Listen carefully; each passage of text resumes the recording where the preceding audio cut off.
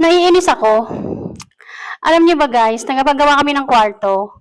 Kaya nga itong kwarto namin wala pang kalaman-laman, no? Nakikita niyo ba yan? Wala pang kalaman-laman yan, no?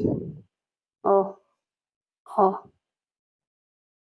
Wala pang kalaman-laman yan guys dahil nagbabalak akong gawing aesthetic tong kwarto namin. Pag may budget na ako, bibili ako ng mga aesthetic na gamit. Kaya lang guys, itong asawa ko bumili ng drawer na hindi ko alam. Alam niyo ba kung anong binili niyang drawer? Ito oh. Ayan.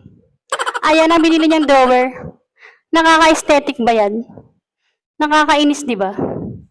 Tapos ginawa niya pa ng patungan. Sino matutuwa? Ginawa niya pa ng bakal na patungan para daw hindi bahain.